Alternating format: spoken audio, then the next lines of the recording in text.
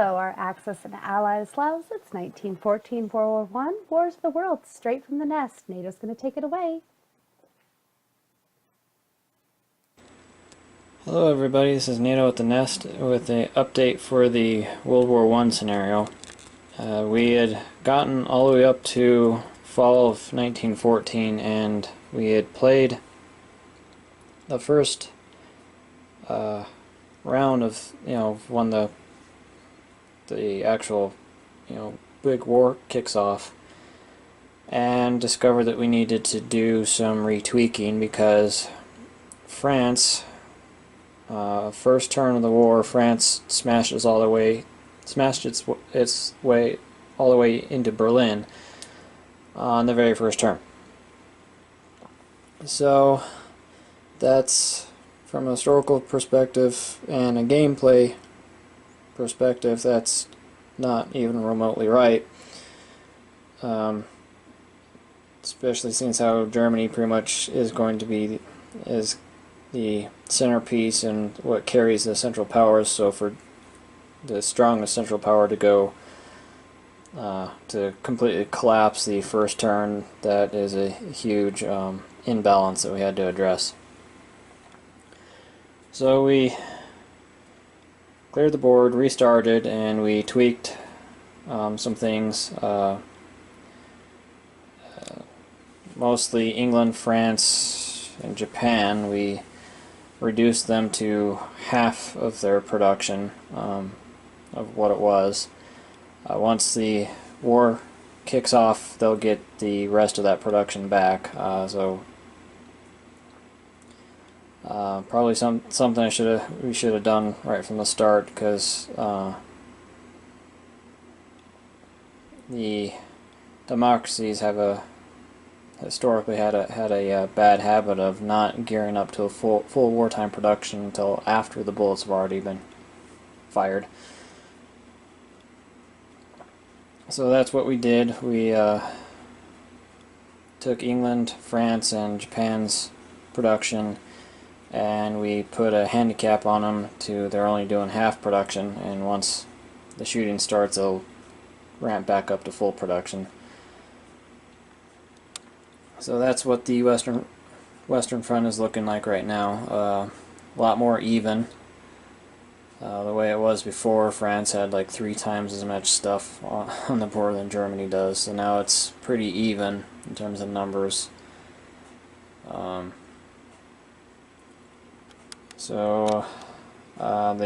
The minor conflicts, like I said, because we started over, and we played all the way up until fall of 1914. So the next turn will be the big show, and when Ferdinand gets assassinated in Sarajevo, and Germany, France, England, and Russia go to war with each other. Serbia too. But the minor conflicts, Chinese Civil War, the Chinese rebels won this time, so the Qing dynasty is no more. The Italian-Ottoman War, and it was the same. The Italians won again, but the Ottomans did something differently this time. The last time the Ottomans kind of tried to fight North Africa, sent their navy and sent reinforcements, or bought militia and put them in North Africa. This time the Ottomans didn't fight North Africa at all. The Ottomans kept their fleet in port, didn't send anything to North Africa, and just concentrated on saving its money resources to build up a larger army in the home country for when it has to face off against England and potentially Russia. Went with the idea that there's really no point in the Ottomans wasting money and troops fighting over something that's just going to lose anyways.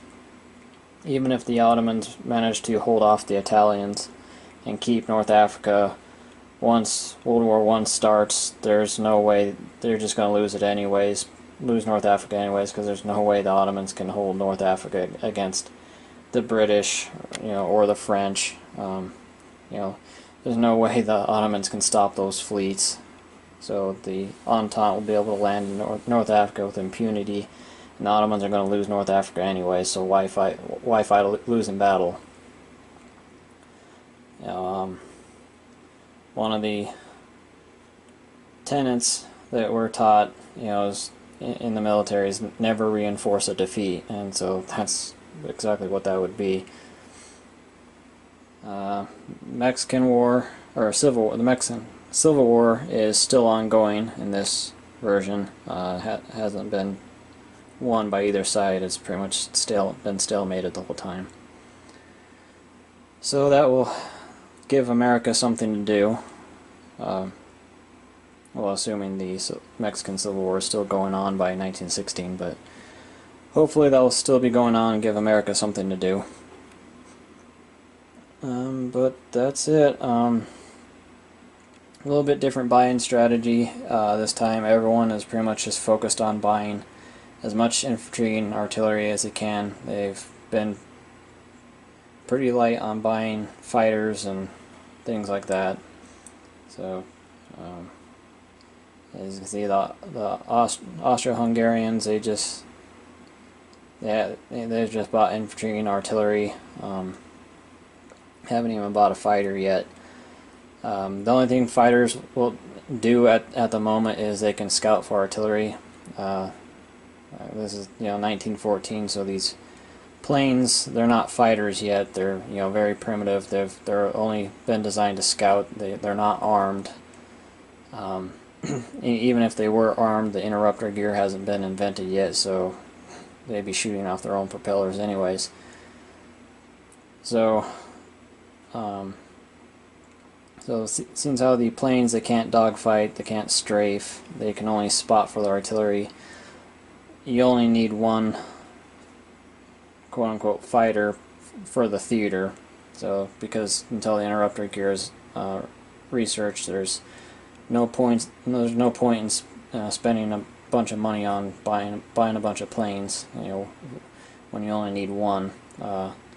Once technology is unlocked and nations can start researching, and the interrupter gear gets researched and starts getting close to being finished, you'll start seeing the various nations start cranking out fighters.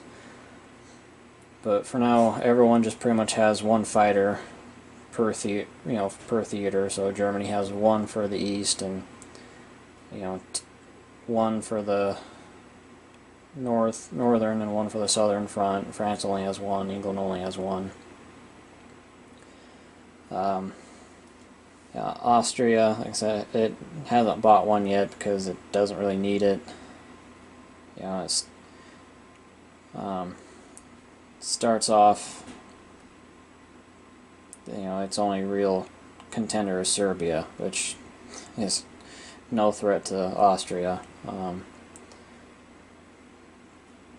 then Italy doesn't join the war till 1915, so that means that first turn, 1914, its only real threat is Russia. So it'll probably build a fighter for that, or a plane. But other than that, I think that's the only thing that's really changed. So without further ado, we will end the video here, get it uploaded to YouTube for you guys, and we'll come back with the fall of 1914 and reenact when Europe commits suicide for the first time. Because, we all know Europe will, do a part 2 in 20 years. But we'll jump off that bridge when we get to it. So, like I said, we'll come back with fall of 1914 and when Europe commits suicide. See you then.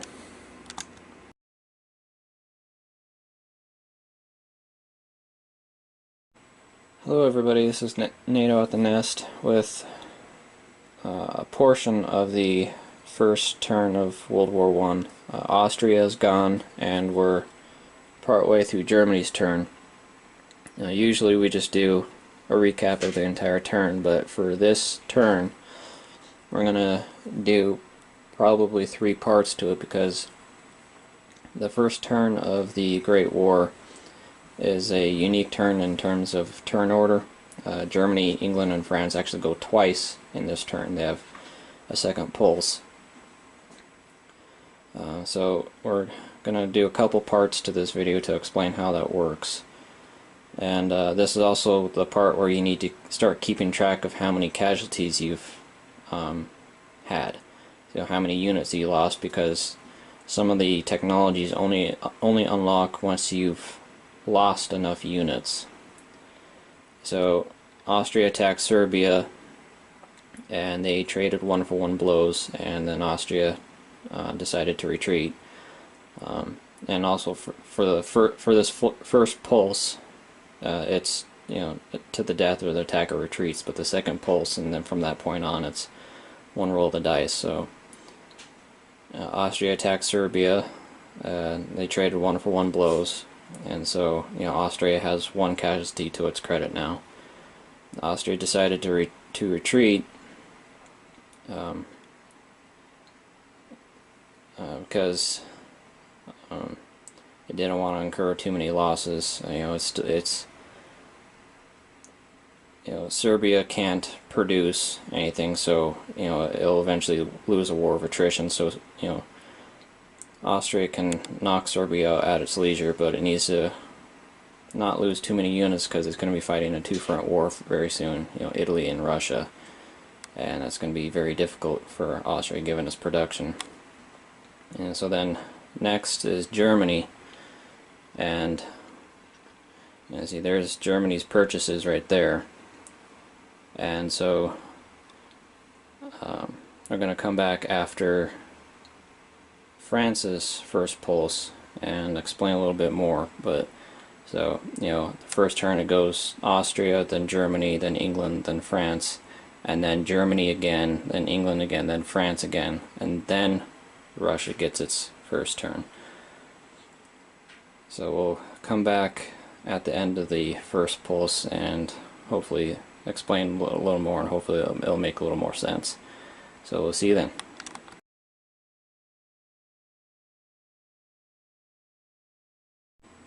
Hello everybody, it's NATO at the Nest with the end of the first pulse. And like I said, Germany, England, and France get 2 combats. So they don't even put their production on the board yet. So there's Germany, England, and France's, and Germany attacked and then Belgium and took it, and they had 2 casualties, and they had a hospital, and so one of them they're going to get one of them back as wounded. And then that was it for Germany. Germany just stayed put on the east, because its main focus is France right now. And so then England loaded up on transports and came across the pond and landed in Picardia to take over the left flank of the Entente line. And then France made an attack into Munich, not necessarily to take the territory. Well, they didn't attack with the aim of taking the territory. The odds and the firepower would not, unless Germany got horribly diced, France wasn't going to take the territory. As France did it mostly to bleed Germany a little bit and to rack up some casualties, because like I said, certain technologies are only unlocked once you've incurred enough casualties. And as weird as that sounds, historically a lot of operations in World War I, the aim and the goal was to cause as many casualties as possible, not necessarily take ground. The famous Battle of Verdun, the idea behind that it was a German operation to attack the French city of Verdun. The entire point behind that attack was to bleed France dry. Not take the city, not take the territory, just kill as many Frenchmen as possible. So, as horrible as that sounds, it was a reality in this war. It didn't go probably nearly as well as France hoped. They suffered 9 casualties to Germany's 4. Germany had 6 total casualties from Belgium and France. So France had 9 casualties to Germany's 4, so it didn't go nearly as well as France kind of would have hoped for. They got kind of diced. On the wounded rolls, Germany didn't do so well. Of those 4, they're only going to get 1 back. For France, of those 9 that they lost, they're only getting, they're only getting 3 back. That's what those purple infantry represent, as wounded soldiers that will come back next turn. And like I said, that's just the first pulse, so Germany, England, and France get another go at it. So we'll come back at the end of the second pulse and see where everybody stands. And from this point on, it's 1 roll of the dice for ground combat, ground and air combat. Navally, it's still to the death or the attacker retreats. And for this first turn, for the 1914 turn, the only places that can be fought over is in Europe. So Africa and the Pacific and naval is off limits. It's only ground combat in Europe that's unlocked for 14. So we'll come back with the second pulse and see where everybody's at. See you then. Hi, Axis and Allies players, and thanks for watching The Nest. Like what we're doing, go ahead and hit a squat on that like button, share it to your favorite social media.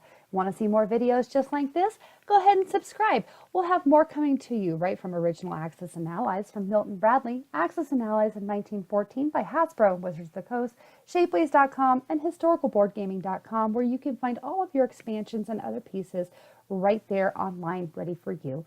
We'll see you next time right here, straight from the nest.